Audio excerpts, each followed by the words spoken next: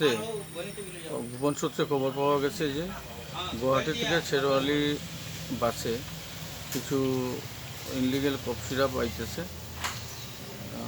এই এসেতে আমরা রাত্রে এখানে নাকা চেকিং লাগাইছি, আর এই নাকা চেকিংয়ে এই কফ সিরাপগুলো পাওয়া গেছে এবং আমি আমার মাননীয় ওসি মহোদয় আমার এই কথা জানানোর পরে ওসি স্যার আইসেন সঙ্গে স্টাফ নিয়ে আইসে এই গাড়ির থেকে এই মালগুলো করে হয়েছে, নামানো হয়েছে আর এই মালগুলা সিজ করা হয়েছে।